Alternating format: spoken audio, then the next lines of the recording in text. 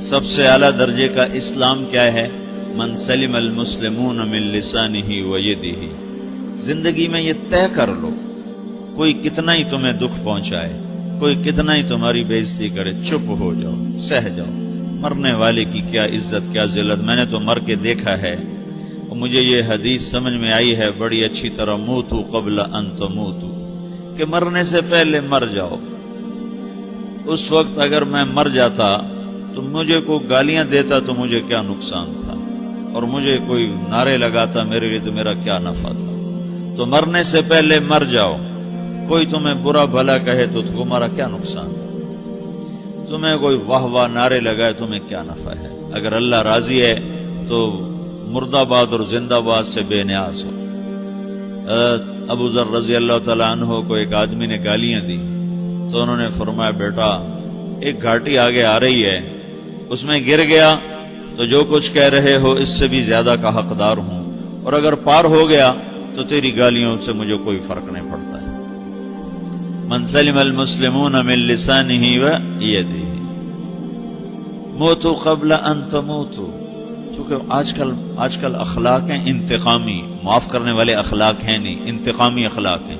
ہمارا معاشرہ انتقامی ہے، اچھا کرو گے تو ہم اچھا کریں گے، برا کرو گے تو ہم برا کریں گے، جیسا کہو گے ویسا ہم سے سنو گے. یہ ہمارا ماحول ہے، یہ ہمارا. ایک ماں کہہ رہی تھی دوسری ماں کو، میرے پترا کدی کسی نے وقت سلام نہیں کیتا. بڑے فخر سے کہہ رہی ہے، ہمارے اپنے گاؤں کی بات. میرے پترا کدی نہیں کسی نے وقت سلام کیتا، مائی جڑا کرے انہوں کریں دیں، جڑا نہ کرے انہوں پوچھ دے ہی کوئی نہیں. یہ وہ فخر سے کہہ رہی.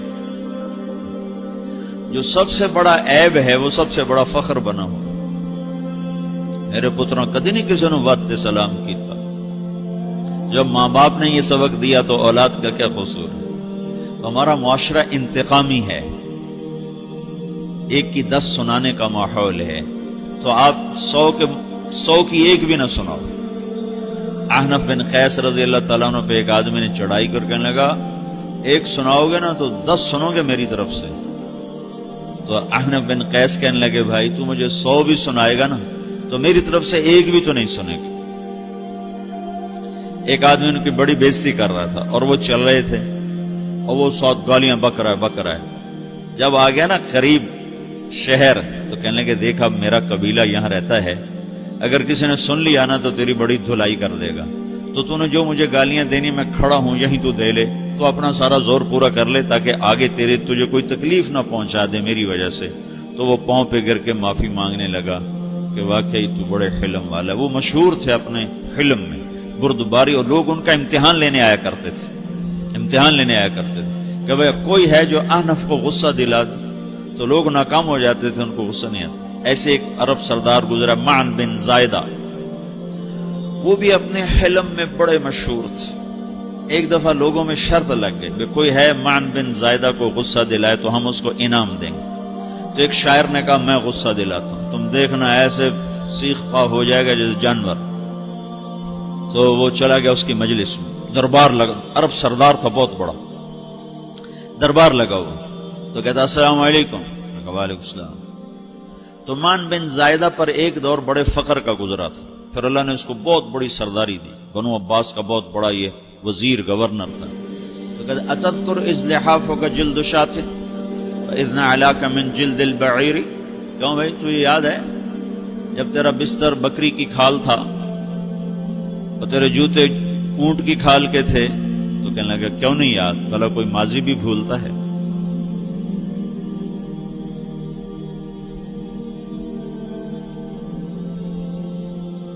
تو وہ کہنے لگا پہلا وار تو خطا کا کہ سبحان الذی اعطاک ملکا وعلمک الجلوس علی السریر. تو پھر ساری تعریفیں تو اللہ کی ہیں جس نے تیرے جیسے کو تخت پہ بٹھا دیا. کہاں بھئی ساری تعریفیں اللہ کی ہیں، میری تو کوئی اوقات نہیں. تو کہنے لگا سأرحل عن دیار انت فیہا وان جار الزمان علی الفقیر. جہاں تیرے جیسا حکمران ہو وہاں مجھے رہنا گوارا ہی نہیں ہے، میں یہاں سے چھوڑ کے نکل جاؤں گا چاہے کتنی تکلیف اٹھاؤں. بڑے دربار میں یہ ایک گورنر اور وزیر سے بات ہو رہی ہے تو وہ کہتا ہے اچھا بھائی اگر تو ہمارے پاس رہے گا تو ہم تیرا اکرام کریں گے، اور اگر تو جانا چاہتا ہے تو پھر رافقت کا سلام، تو وہ یہ بار بھی خالی گیا تو کہنے لگا فجد لی ابن ناقصۃ بمال،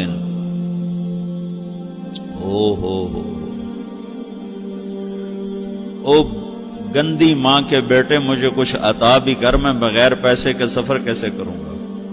عرب کو کسی کو بھی ماں کی گالی دے دینا اور پھر عرب سردار ہو۔ فجد لی ابن ناقصۃ بمال، بری ماں کے بیٹے مجھے کچھ پیسے بھی دے، میں نے جانا ہے۔ میں کہا اس کو 3000 دے دیا جائے۔ اللہ، تو کہنے لگا قلیل ما آتیتنی و انی لأطمع منک فی الکثیر، یہ تو بہت تھوڑا تو نے دیا ہے، مجھے اور دے۔ کہا اچھا بھائی 3000 اور دے دو۔ تو وہ شاعر کی بھی آنکھیں پھٹ گئیں، کہنے لگا اب ٹھہر جا ٹھہر جا، اب میں تیری اصل تجھے بتاتا ہوں۔ سألت اللہ ان یبکیک ذخرا فما لک فی البریۃ من نذیری، میں اللہ سے دعا کرتا ہوں اللہ تیرے جیسوں کو سلامت رکھے، تیرے جیسا دنیا میں کسی ماں نے جنا ہی کوئی نہیں۔ فمنک الجود والافضال حقا وفضل یدیک کالبحر الغزیر، تو ہی سخی ہے، تو ہی کریم ہے، اور سمندر بھی تیری سخاوت کے آگے کچھ نہیں ہے۔ تو نے کہا اچھا بھائی تو نے ہماری برائی کی، ہم نے تمہیں 6000 دیے، اب تو نے ہماری تعریف کی، اب 10,000 اور دے دو اس کو۔ باتیں ہی رہ گئیں، باتیں ہی رہ گئیں۔ کہاں سے لائیں ایسے لوگ؟ ہمارا معاشرہ انتقامی ہے، بدلہ لینے کا ہے، بدلہ لینے کا۔ تو میرے ساتھ کیا میں نے بھی کرنا ہے۔ تو اعلیٰ درجے کا اسلام یہ سکھا رہا نہیں چپ ہو جاؤ، سلامت بن جاؤ، سلامتی بن جاؤ، سلامتی کی علامت بن جاؤ۔ من سلم المسلمون من لسانہ ویدہ۔ اب وہ سوال کرتا ہے یا رسول اللہ ای الایمان افضل، سب سے اعلیٰ درجے کا ایمان کیا ہے؟ اسلام کیا ہے؟ کلمہ، نماز، روزہ، حج، زکات۔ اعلیٰ درجے کا اسلام کیا ہے؟ من سلم المسلمون من لسانہ ویدہ۔ یہ اخلاق کا ادنا درجہ ہے، ادنا درجہ ہے۔ ادنا درجے پر پہنچ کر آپ اسلام میں اعلیٰ درجے پر آ سکتے ہیں۔ وہ سوال کرتا ہے ایمان کیا ہے؟ تو آپ نے کہا اللہ پر، فرشتوں پر، کتابوں پر، رسولوں پر، موت کے بعد کی زندگی پر، تقدیر پر۔ اب ایک اور سائل سوال کرتا ہے ای الایمان افضل، سب سے اعلیٰ درجے کا ایمان کیا ہے؟ تو آپ نے فرمایا حسن الاخلاق، اچھے اخلاق سب سے اعلیٰ درجے کا ایمان ہے۔ جو آدمی اسلام میں، جو آدمی اخلاق میں، جو مرد عورت اخلاق میں ادنا درجے پر ہوتا ہے وہ اسلام میں اعلیٰ درجے پر پہنچتا ہے۔ اب اگر وہ اخلاق میں اعلیٰ درجے پر آ جائے تو اب یہ کہاں پہنچے گا؟ اب یہ کہاں پہنچے گا؟ میرا نبی کہہ رہا ہے سب سے اعلیٰ درجے کا ایمان ہے حسن اخلاق، حسن اخلاق۔ ابو ہریرہ نے پوچھا یا رسول اللہ وما حسن الاخلاق، یہ بھی ایک اور حدیث ہے، یا رسول اللہ حسن اخلاق کیا چیز ہے؟ تو آپ نے 3 چیزیں فرمائی، تصل من قطعک وتعطی من حرمک وتعفو عمن ظلمک، جو تم سے توڑے نہ تم اس سے جوڑو، نہیں کرتا سلام نہ کریں، کوئی ہم چھوٹے باپ کے ہیں، ہم تو کبھی بھی نہ کریں، ہم تو کبھی بھی نہ منہ تھوکیں بھی نہیں ہم تو میرا نبی کہہ رہا ہے جو توڑے تم اس سے جوڑو، جو محروم کرے اس سے عطا کرو، جو زیادتی کرے اس سے درگزر کرو۔ یہ 3 کام جو عورت مرد کر لے گا یہ اخلاق کے اعلیٰ درجے میں ہے۔ جب یہ اخلاق کے اعلیٰ درجے پر پہنچتا ہے تو پھر میرا نبی کیا بشارت دیتا ہے؟ ادنا درجے پر پہنچ کر تو اعلیٰ مسلمان کی بشارت ہے، اور اخلاق میں اعلیٰ درجے پر پہنچ کر میرا نبی کہتا ہے کاد الحلیم ان یکون نبیا، اعلیٰ اخلاق والا بس نبی بنتے بنتے رہ جاتا ہے۔ اعلیٰ اخلاق والا ایسے ہے جیسے کہ نبی، قریب ہے کہ وہ نبی بن جائے، یہ تو ہے نا ترجمہ، لیکن ہم ہمارے اردو میں کہتے ہیں وہ نبی بنتے بنتے بنتے رہ گیا۔ کیا مطلب؟ کہ اس میں اور نبی میں صرف نبوت کا فرق رہ جاتا، باقی وہ سب کچھ حاصل کر لیتا ہے۔ تو یہ سارے دین کا میں نے آپ کو خلاصہ بتایا ہے کہ میری آپ کی ضرورت ہے کہ میرا اسلام اعلیٰ درجے کا ہو، من سلم المسلمون من لسانہ و یدہ، میرا ایمان اعلیٰ درجے کا ہو،